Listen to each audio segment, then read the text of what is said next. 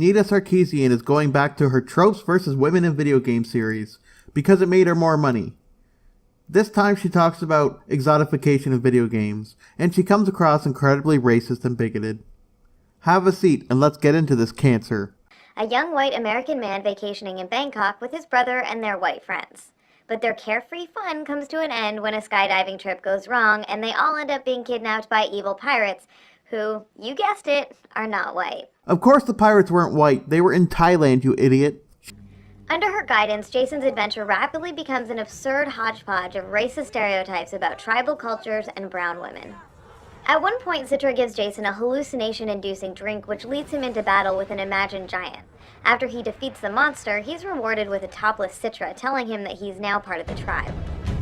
She doesn't reward him, she drugs him and then rapes him, so she can get pregnant and awaken an ancient evil through sacrifice. This is what real rape looks like, Anita, against a male protagonist. Jason's friends and leave the island, or to do Citra's bidding, to savagely kill his friends and stay on the island with her. If players choose to murder Jason's friends and stay with Citra, a scene plays in which the two of them have sex. Then she stabs him while stating that their child will become the new leader of the tribe. Yes, Anita, if you make the wrong choice, choosing her because of her sexy appearance, your game ends. She kills you. On one hand, Citra is yet another example of a female character whose sexuality is presented as a motivator and reward for the presumed straight male player. But there's something more insidious happening with Citra. Her body paint and magical powers suggest she practices some sort of tribal mysticism, which also roots her in a long-standing tradition of racist stereotypes. It's not a stereotype.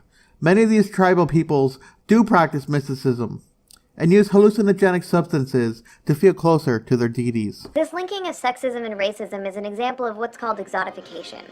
Exotification occurs when a group is treated as inherently different, alluring, and strange. Like a lamb to the slaughter. For instance, when certain white men falsely view Asian women as inherently more obedient or submissive than women from other cultures. This isn't a stereotype. The geishas they are talking about were somewhat submissive, but were also paid for their services. Being a geisha wasn't being a whore. It was honorable, providing companionship, and many of them weren't even working for white men. Time you play through the game, Sheva looks like this. However, once the story has been completed, if players also collect all 30 BSAA tokens scattered throughout the levels, they unlock a new outfit for Sheva called the Tribal Costume. Equipping this outfit takes Sheva, who up until this point has been wearing somewhat practical attire for the work she's doing, and shoves her into a leopard print bikini top and a few... Do you think the shirtless fit men in these games are being appropriated? What about the female gaze? In Hyrule Warriors, the villain Sia is one half of the spirit of the original sorceress, a noble being who watched over the balance of the Triforce. When the evil Ganondorf drives the light from the sorceress's soul, she splits into two, with her virtuous half becoming Lana, who, like the similarly righteous Link in Zelda, is fair-skinned. Meanwhile, her evil half becomes the darker-skinned Sia. Yeah, that's right, Anita. The game is saying all dark-skinned people are evil. Lighter-skinned women of color are often depicted as more desirable and more virtuous because they come closer to meeting the culturally dominant white beauty standards. No, Anita, that is not why. There are no white beauty standards. No one is saying that white people are more beautiful than other races. This insidious notion that a darker skin tone reflects a less moral or virtuous soul is hardly new to the Zelda franchise, in which the heroic and noble characters like Link and Zelda are fair-skinned, while the recurring villain Ganondorf is associated with the darker-skinned Gerudo people. Just because someone is a different race, it doesn't mean the developers are saying that all people who are non-white are more evil and less virtuous. It's no secret that fighting games often feature sexualized female characters, and often feature characters whose design is rooted in ethnic stereotypes. Sometimes these two elements combine in sexualized, exotified female characters. Sexualized males as well. In Street Fighter IV, Elena wears, well, she wears almost nothing. But the bands that she wears on her arms, legs, and neck vaguely suggest African tribal culture. Because she is a tribal person from Africa, you jackass. False ideas about black women as inherently hypersexual beings were perpetuated in Southern slaveholding society. This was a time when oppressive Victorian ideas still held sway, creating a false sense of womanhood as inherently domestic, submissive, chaste, innocent, and modest. Those movies were portraying slavery how it existed in those times. They were not saying that those slave women were more desirable or more innocent and submissive. They were beaten into being so in many cases. Were were female slaves of course denied any and all basic rights as people, they were also often forced to be naked when on display at auctions, were regularly whipped in partial or total nudity as punishment, and were frequently sexually assaulted and raped by their owners. Yes, they were, and no one is saying today that that the treatment of these slaves was a good thing. No one defends these horrific actions. In her book, Dark Continent of Our Bodies, historian Frances E. White says, virtually no legal protection was provided for women who were portrayed as loose and licentious. Under such conditions, black women, promiscuous by definition, found it nearly impossible to convince a legal establishment that men of any race should be prosecuted for sexually assaulting them. The rape of black women was simply no crime at all. Bull fucking shit, Anita. Fuck off. Obviously, the problem here is not with the idea of representing women who come from tribal cultures. Our media absolutely should reflect the cultural diversity of the world we live in, but that's not what characters like these do, at all. These are not respectful, well-researched representations of actual cultures. Rather, they represent a form of cultural appropriation. They are representations of different cultures, Anita.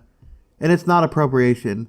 I've seen you wear earrings with feathers on them, like Native people do. What about that appropriation? Mystical powers, skimpy, tattered clothing, body paint, and racialized hypersexualization are used as shorthand for exotic. As a result, these signifiers reinforce extremely false and damaging stereotypes about the people and cultures that they're appropriating. Come on, Anita. You know you're portraying bogus facts here, with no proper research to back up your claims. False, harmful myths and stereotypes continue to contribute to the marginalization and oppression of women of color in America today. For instance, in her book, The Politics of Disgust, feminist theorist Ange Marie Hancock discusses how racial stereotypes about black women contribute to a political system in which the marginalized continue to be underserved, oppressed, and unheard. No, they don't, Anita. Something isn't true just because someone asserts it in a book. What about Harry Potter? Nilin, the biracial protagonist of Remember Me, is a sexualized female protagonist, but the sexualization doesn't employ racist tropes. Like Alex, her cultural background is treated as irrelevant. The game isn't concerned with her cultural background because it's irrelevant to the plot of the game, Anita. You seem more obsessed with it than the developers are. Unfortunately, there aren't many positive examples of women of color in games whose cultural history isn't erased but also isn't presented as the stuff of racist stereotypes.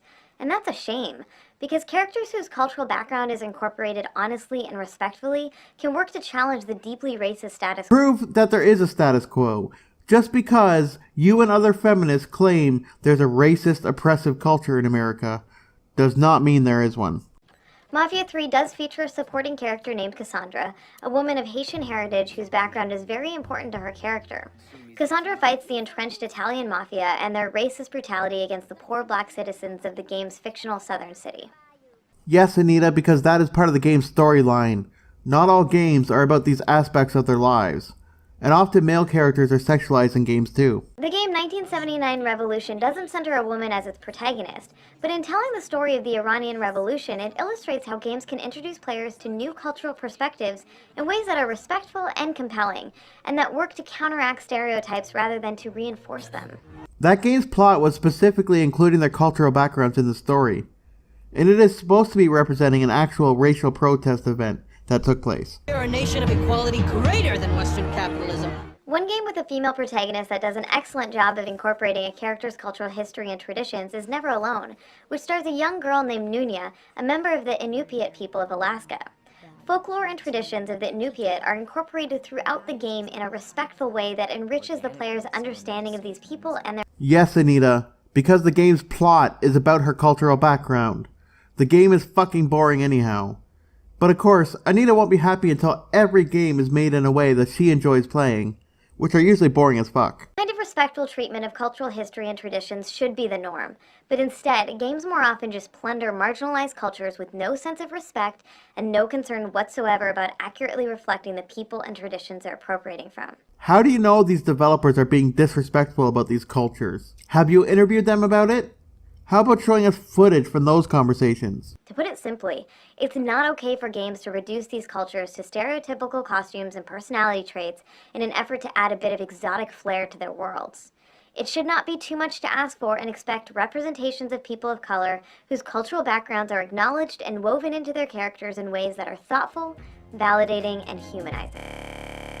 How about we come up with some sort of test for women interacting with other women in video games, like you feminists tried to do for movies. So of course, once again, Anita displays her lack of journalistic integrity and understanding of gaming culture. Gamergate made Anita famous and rich, so she is trying to restart the controversy again to stay relevant. Let's get 50 likes on this video for video games. Please also visit my Teespring store for a cool t-shirt, link in the description.